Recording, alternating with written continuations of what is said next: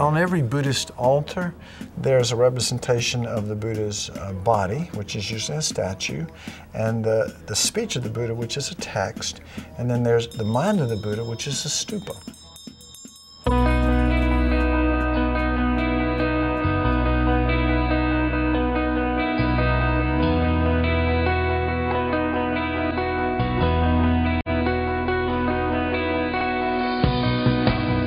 I think if you had to boil it down to a couple of words, it would be like a sacred spiritual monument.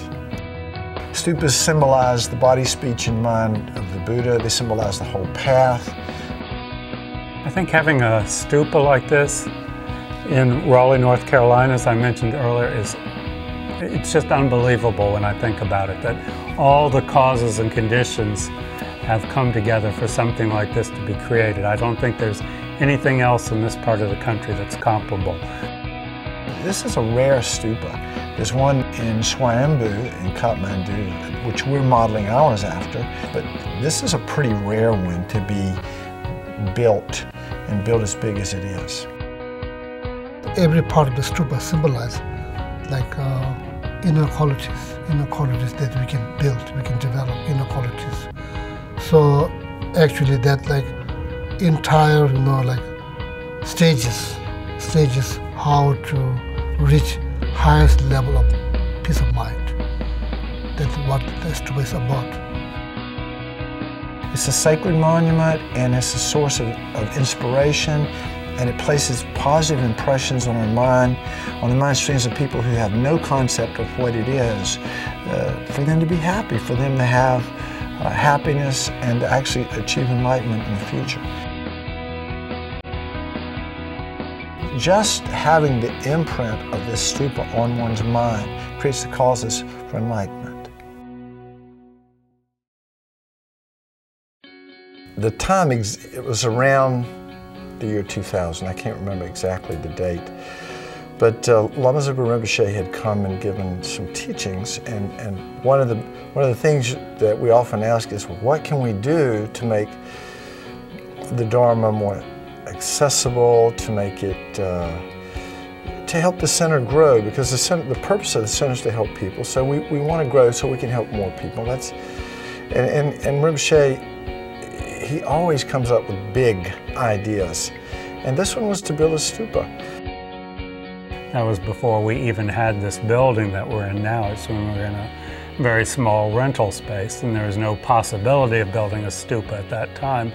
But since we're now in our own space and own this land, it's become a possibility and is now becoming a reality. And Rinpoche also, in his sort of mandate on how to do this, he suggested that it be built in front of the building so it could be visible by a lot of people who were driving by. That was very important to him. Well, one of the great things about a stupa is that even if you're not a Buddhist, it said just seeing it or walking past it makes a positive imprint on your mind stream that will ripen at some point in the future.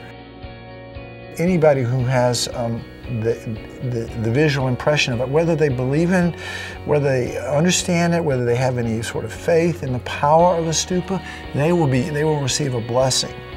In the same way that if you look at a picture of your mom, you get a good feeling.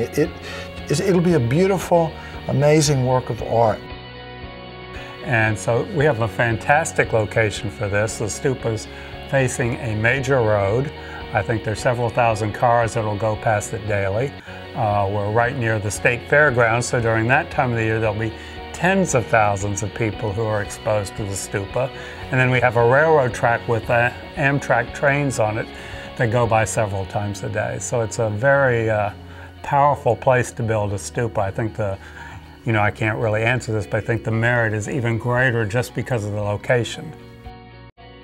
Building a stupa that purifies negative thought, actions, the tendencies, and then create extensive merit. So this is opportunities, so more people involved, so then more energy gathers. So more energy gathers, more holy it becomes.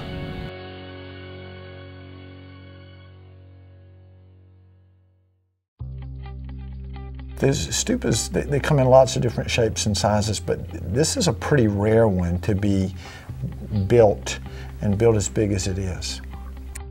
I don't think there's anything else in this part of the country that's comparable. It's really exciting to see the way Buddhism has spread from this landlocked country of Tibet through Nepal and India and is now coming to all parts of the United States. This is just a very vivid representation of what's going on, I think.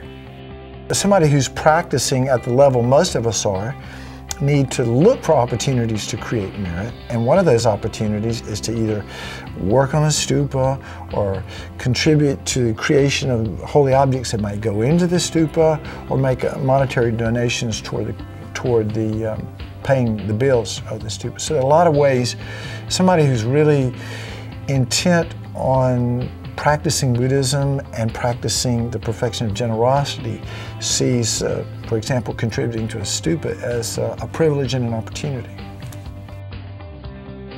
One of the benefits of building a stupa like this is it gives the community here a tremendous opportunity to come together and build something together. There were the people who worked on the plans, going to the planning commission, getting the permits. We have people pouring concrete. We have people who rolled the mantras and prayers that go inside the stupa. We've had people who bring food to the people who are working on the stupa. And there's just been a tremendous outpouring of energy and excitement around the project. There are a lot of people that have, who really consider making a donation to a holy object like this like an opportunity. They see it as a privilege to be able to support with their money and whatever means they have the creation of a holy object like the stupa. I want people to, really involve in this holy project, physically, mentally, time, whatever you can do. I think this, you are doing for yourself. That's what I just want to share. Okay.